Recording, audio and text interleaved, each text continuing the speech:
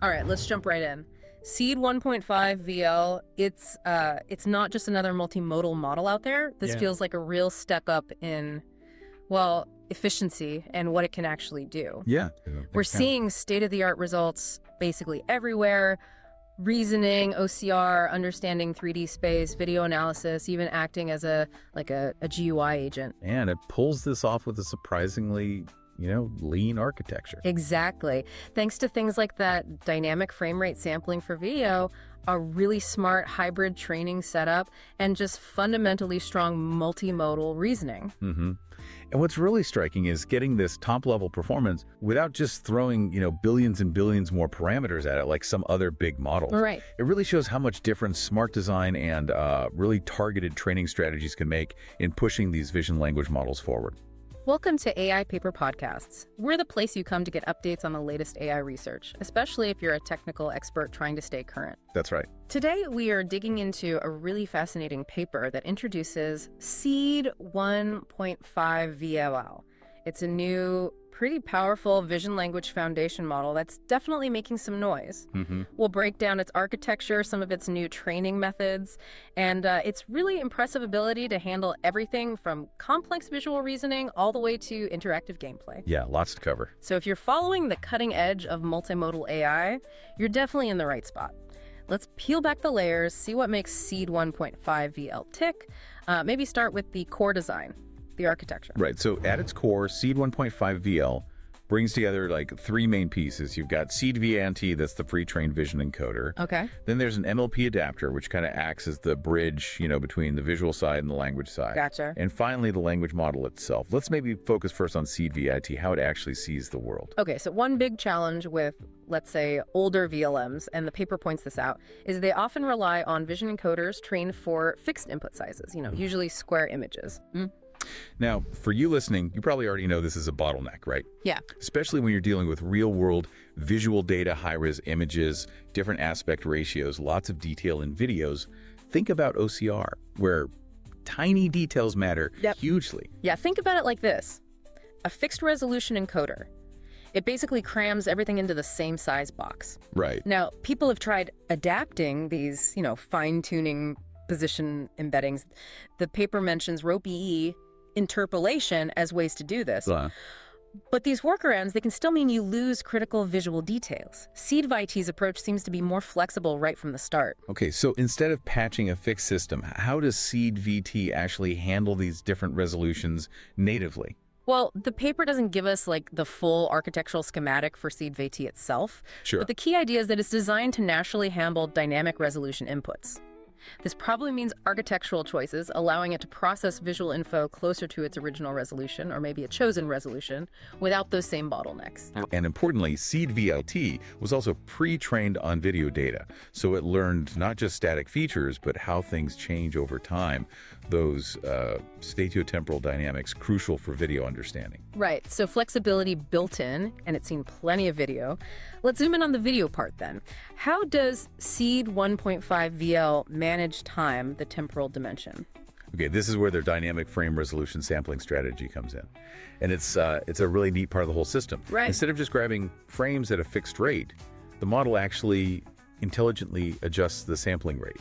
It depends on the video content and what task it's trying to do. Okay, now this is where it gets really cool. Can you give us some examples? How does this dynamic sampling work? Sure. So the default is 1 frame per second. That's often enough to get the gist, the overall scene. Makes sense. But if you need finer temporal details, maybe recognizing quick actions or subtle movements, the model can bump that up to 2 FPS.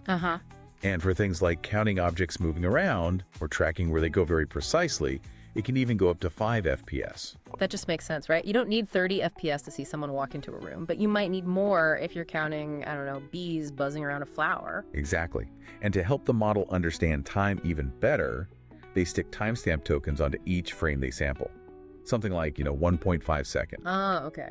This gives the model a clear marker in the video's timeline, even if the frame rate is changing, which, let's be honest, happens a lot in real videos. Right, so it's not just choosing how many frames, but also explicitly noting when they happen. What about the resolution of those frames? Is that fixed? No, not at all. They work within this total token budget, 81,920 tokens per video. Okay. And inside that budget, they dynamically change the spatial resolution of each frame they pick. They've got 6 levels, from 640 pixels down to 128. Huh. This lets them make smart trade-offs. So if a video needs really fine detail at certain moments, maybe use higher resolution but sample fewer frames. Right. But for longer videos with less happening visually, maybe use lower resolution to fit more frames in and capture more time. That sounds like a really efficient way to balance, detail versus overall temporal context. What about really, really long videos, ones that might still blow past that token limit even at the lowest resolution? Yeah, they have fallback for those edge cases. Okay. In that situation, the model just defaults to sampling frames uniformly at the lowest resolution, the 128 pixel one. This makes sure the whole video gets represented somehow, even if the temporal density drops. It's a practical way to avoid just cutting off long content. Got it. Makes sense.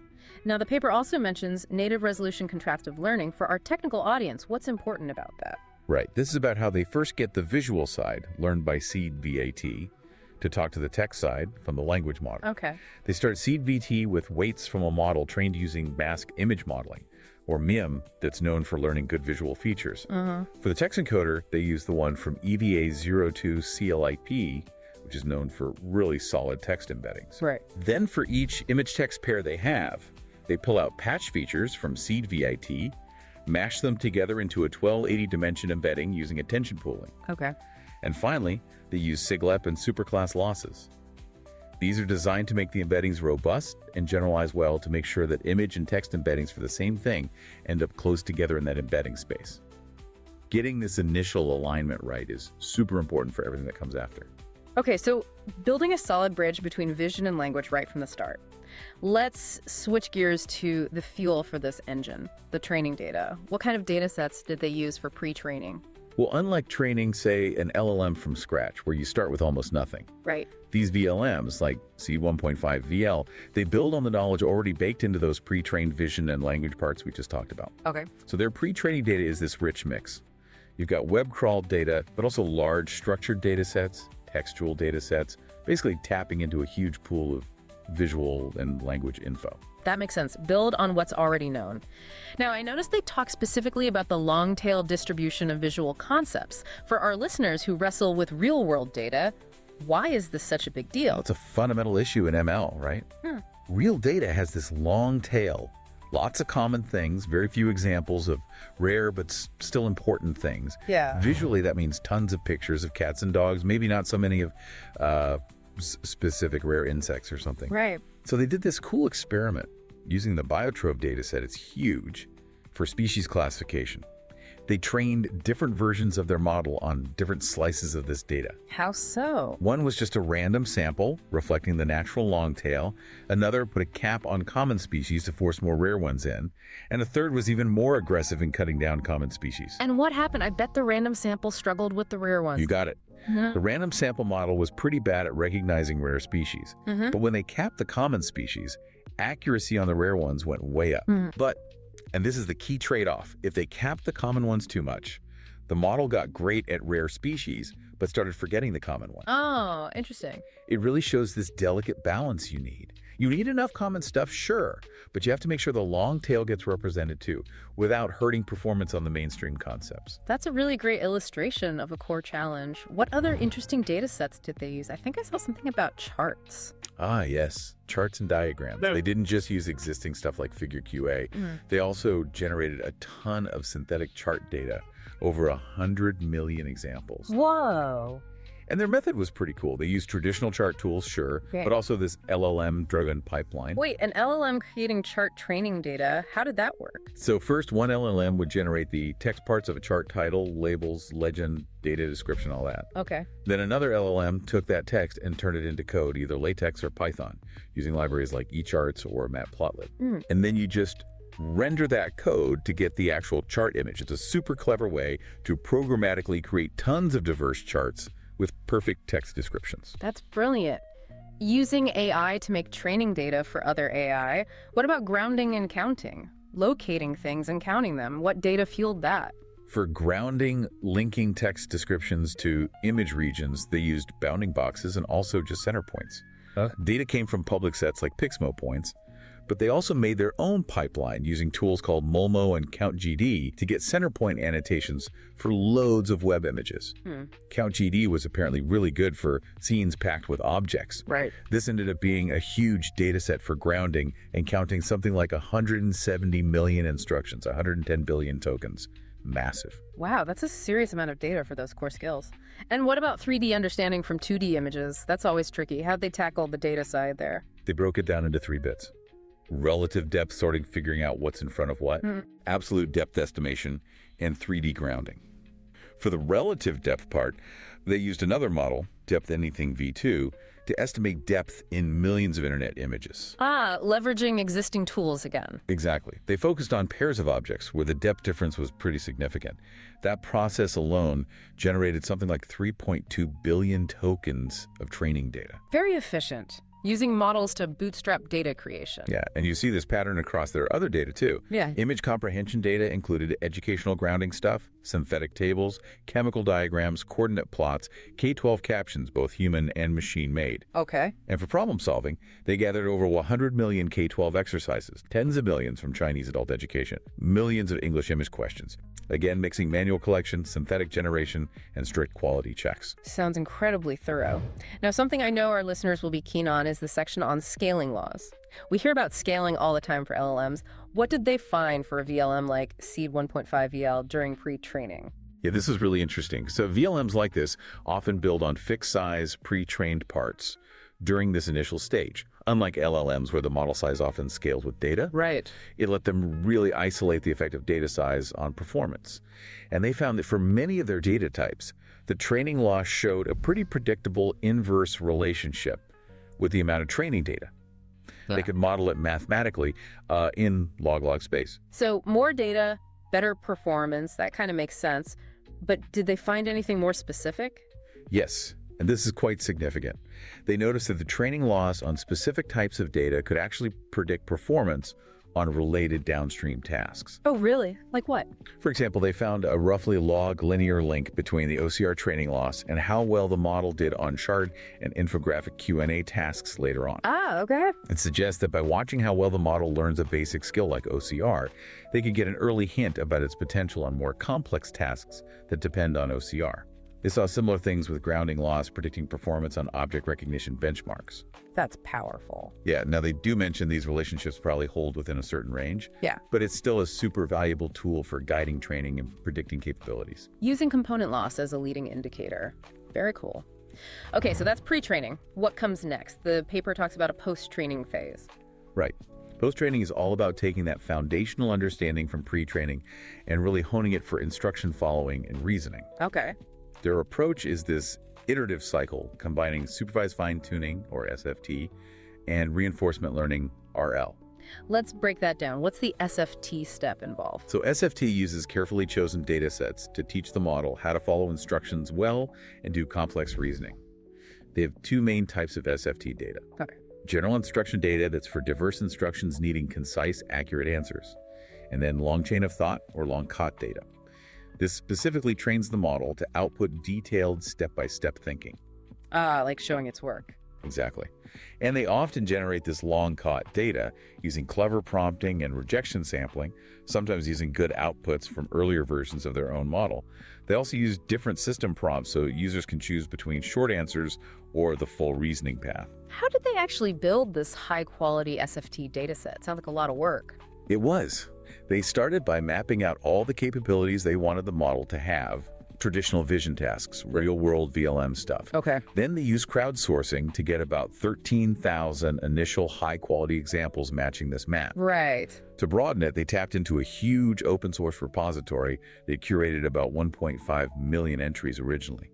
They used embedding clustering to group these by task, then downsampled smartly to keep diversity. Yeah. And finally, they used their own SFT model, plus an LLM judge, and their internal reward model to filter this down even further, picking the absolute best 30,000 samples from that massive pool. Wow, that's a serious filtering process. Okay, Yeah. Now the reinforcement learning part. How does RL improve things? They use 2 main types of RL, actually. There's reinforcement learning from human feedback, RLHF, which is pretty common now, Right. and their own novel thing. Reinforcement learning with verifiable rewards, or RLVR, Eventually, they mix these in a hybrid approach. Okay, RLHF first. How does that work here? They train a VLM to act as a reward model. Its job is to look at two different answers to the same prompt and predict which one is better, relatively speaking. Got it. They found this generative classifier approach worked better than older methods like Bradley-Terry modeling. They even accounted for a potential bias based on which answer was shown first or second. Smart. And they used an iterative process, so the reward model kept getting updated as their own definition of a good response evolved. Okay, so learning preferences. What about this verifiable rewards? That sounds useful for factual stuff. Exactly. This is a key idea. They use tasks where there's an objectively right answer you can check automatically, mostly STEM science, tech, engineering, math, and also visual perception and reasoning tasks. How do they do that for STEM? They gathered over 1 million STEM problems, mostly math. They turned multiple choice into open-ended questions.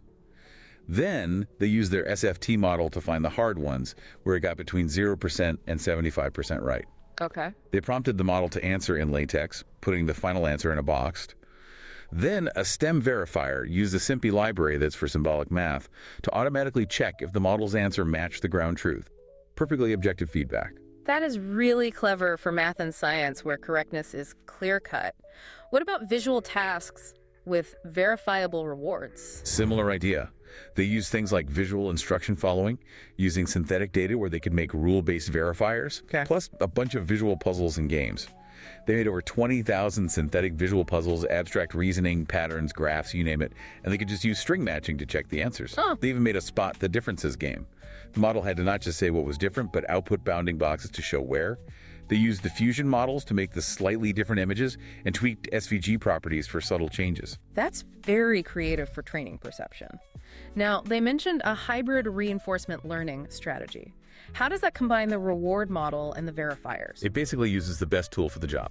They enforce this format where the model outputs its thinking, think then the solution, solution.solution. Right. The hybrid reward then uses the preference reward model for general prompts, but switches to the objective verifiers whenever the prompt has a checkable answer. They also used a shared critic model, initialized from the reward model, to estimate values efficiently. So, combining subjective preference and objective correctness. And lastly, this iterative update by rejection sampling fine-tuning. What's that loop about? This is all about continuously boosting the long chain of thought reasoning. After each RL round, they test the latest RL model on hard prompts. Okay. If the model gets an answer right checked by the verifiers, again, that correct reasoned response gets added to the SFT beta set for the next round. Feeding successes back into training. Exactly. They also filter out bad formatting with regular expressions. They did 4 rounds of this, seeing reasoning quality improve each time. It's a self-improvement cycle. Cool. Okay, let's talk compute. The training infrastructure, this must have taken some serious horsepower. Oh yeah. Pre-training alone was 1.3 million GPU hours. Huge. Wow. To handle that scale and the fact that the vision encoder and language model have different needs, they developed this hybrid parallelism strategy. Hybrid. How so? They use zero data parallelism for the vision encoder and the MLP adapter that's good for memory saving, but for the much bigger language model, they used a standard 4D parallelism mix. Expert, pipeline, 0-1 data, and context parallelism. Why split it like that? Why not one strategy for everything? Because the vision and language parts have really different compute profiles and memory needs. A single strategy wouldn't be efficient. You'd end up with bottlenecks or idle GPUs. Right. This hybrid approach lets them tune the parallelism for each component's specific demands, maximizing overall efficiency. Makes total sense. Optimize locally for global gain. What else did they do on the infrastructure side? They also tackle workload balancing. Vision samples can have different numbers of images, causing load imbalance. Yeah. So they used a greedy algorithm to redistribute vision data based on estimated FLOPs, trying to keep all GPUs evenly busy. Okay. And they had parallelism-aware data loading to cut down I/O bottlenecks. Basically, only one GPU in certain groups would actually load data from disk. Others just got metadata over the network. Less redundant reading. Smart. Plus, filtering unnecessary images before sending to the GPU and prefetching to overlap I/O with computation, really streamlining the whole pipeline. Sounds like some serious distributed systems engineering went into this. Okay, the moment of truth, the results. How did Seed1.5-VL actually do on the benchmarks? They went all out on evaluation. 60 public benchmarks across 10 different capability areas. 60. That's comprehensive. Give us some highlights. How did the vision encoder Seed1.5-VL do just on its own at classifying images? Okay, so zero-shot image classification. Seed1.5-VL got an 82.5% average accuracy on tough ImageNet variants. That's really impressive. Yeah. The paper points out this is basically on par with or even better than models like Intern VLC6B, which is way bigger and very competitive with EVA Clip 18B, which is like 30 times larger. Wow. It also showed great robustness on tricky real-world datasets like ObjectNet and ImageNet-A. That's a very strong sign about the quality of its visual understanding. What about tasks needing both vision and language, like multimodal reasoning? Yeah, in reasoning, Seed1.5-VL hit state-of-the-art on several really hard benchmarks. Yep. MathVista, VLM are blind, ZeroBench, Sub, VisiLogic. Nice. On others like MMMU and MathVision, it was highly competitive, often second place. But its performance in thinking mode, where it does step-by-step reasoning, was particularly strong, beating many comparable models significantly there. And what about understanding documents and charts? That needs vision and text reading. Another strong area. New state-of-the-art on text VQA, infographic VQA, doc VQA. It even beat out huge models like Quinn 2.5-VL72B and Gemini 2.5 Pro on these specific tasks. Really? Yeah. Second place on chart QA. Also strong on AI2D, OCR bench. Yeah. So really good at pulling info from complex visual documents. So it's not just seeing objects, but reading and structuring info within images. How about basic grounding and counting, finding and counting things? This is called out as a major strength, state-of-the-art across the board. BLink, LVISMG, Visual Web Bench, RefCoco WAVJ, Count Bench, FSC 147. Okay. And interestingly, it even beat traditional object detectors on the LVISMG benchmark, which is known for having lots of objects. Shows it's really good at multi-object grounding. Very impressive. What about 3D understanding from 2D images? Showed strong results there too. Yeah. Good performance in depth estimation on NYU Depth V2, 3D object detection on SUN RGBD, and multi-view reasoning on all angles bench. So a solid grasp of spatial layout. And with that cool dynamic frame resolution sampling, how did it do on video tasks? For shorter videos, state-of-the-art again on Motion Bench, TV Bench, Dream 1K, Temp Compass. Right. For longer videos, also strong performance with its 128K token window, and they say they plan to make that even longer. Yeah. Streaming video understanding, important for real-time stuff, state-of-the-art again on OV Bench, OVO Bench, Stream Bench, and also did very well on video grounding, like finding actions in time on Charades STA and Tacos. Okay, so that dynamic sampling really seems to work well across different video challenges.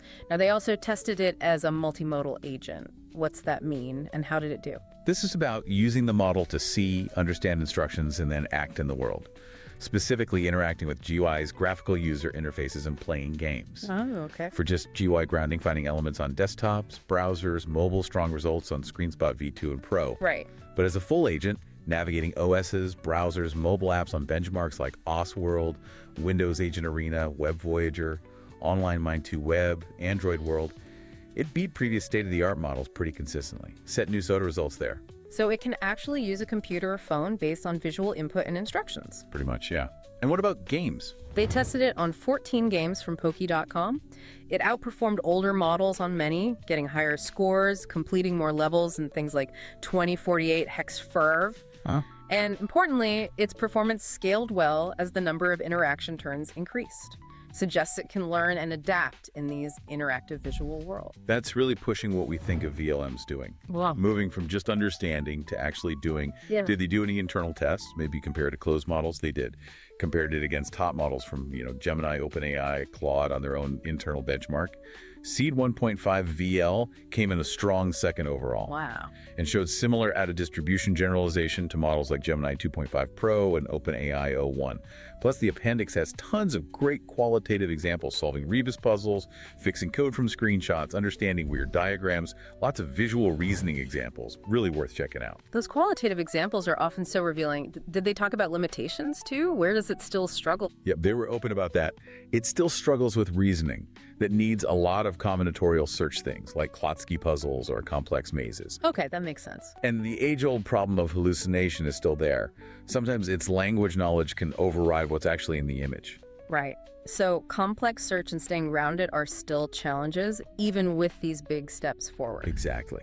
And one last interesting point on size. They don't give an exact number, but say it's comparable to Llama 4 Maverick, that's around 17 billion active parameters. Okay. And their internal tests showed Seed1.5-VL performs significantly better than Llama 4 Maverick, really highlighting that their architecture and training paid off beyond just scale. Okay, let's try and wrap this up. Key takeaways. Seed 1.5-VL, clearly a big step for multimodal AI, state-of-the-art on tons of benchmarks, impressive range of skills.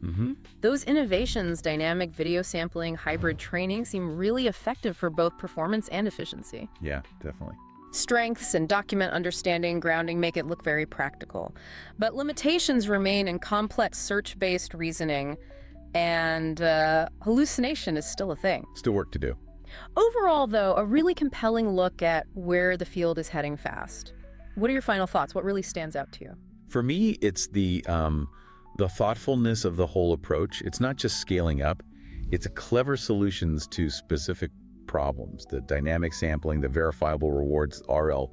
That RLVR, especially for STEM and visual tasks, seems like a really promising path forward. What kind of implications could these capabilities have for AI research, for applications? Well, I don't think we're definitely moving towards more versatile AI. Yeah. Systems that can genuinely understand and interact with the world more like we do. The agent performance, the gaming stuff, that hints at maybe more intuitive ways to interact with AI. And the document understanding could really change how we process information. And it definitely poses a question for all of us working in this space. How do we push reasoning further? Especially for those tasks needing deep logical steps or search, while making absolutely sure the models stay tied to visual reality. It's a huge challenge and definitely something to think about. I'd really encourage you, the listener, to look at those qualitative examples in the paper's appendix. The successes and failures are super insightful. Absolutely. Okay, that wraps up our discussion on the Seed 1.5-VL paper here on AI Paper Podcasts. Thanks for tuning in. Keep exploring, keep learning, and we'll catch you next time with another breakdown of the latest in AI research.